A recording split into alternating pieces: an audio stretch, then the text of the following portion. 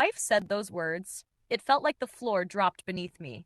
We had been married for 5 years, and I thought we had built something real, something worth fighting for. But that night, sitting across the dinner table, she looked me in the eye and casually said, "My ex was a 9. You're just a 6." She smirked, as if comparing me to her past lover was something acceptable, something I should laugh off. Instead, my chest tightened, and my appetite vanished. I didn't reply right away. She leaned back, sipping her wine, waiting for me to react.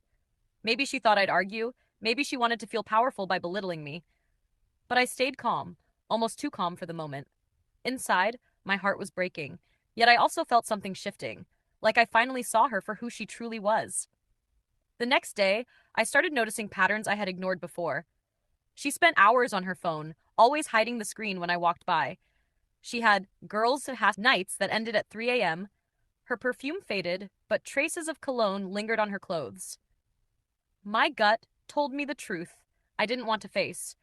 She wasn't just comparing me to her ex for fun, she was cheating. Instead of confronting her immediately, I decided to play it smart. I checked the phone records, tracked her late night Uber rides, and finally, I caught a glimpse of her messages when she carelessly left her laptop open. The words stabbed deeper than her insult at dinner. She was meeting her so called friend almost every week, telling him how exciting he was compared to her boring husband. My heart should have shattered, but instead, I felt strangely calm. I knew revenge wouldn't be about screaming, fighting, or throwing things. It would be about showing her the consequences of her arrogance.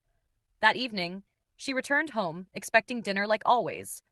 Instead, I greeted her with a neatly stacked pile of papers, the divorce documents I had prepared. She looked stunned, then angry, then nervous.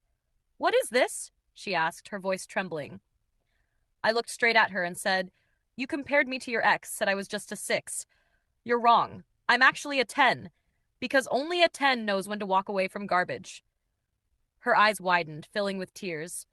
She tried to backtrack, to explain, to call it a joke. But it was too late. I had proof of her lies, her betrayals, and her cruel words.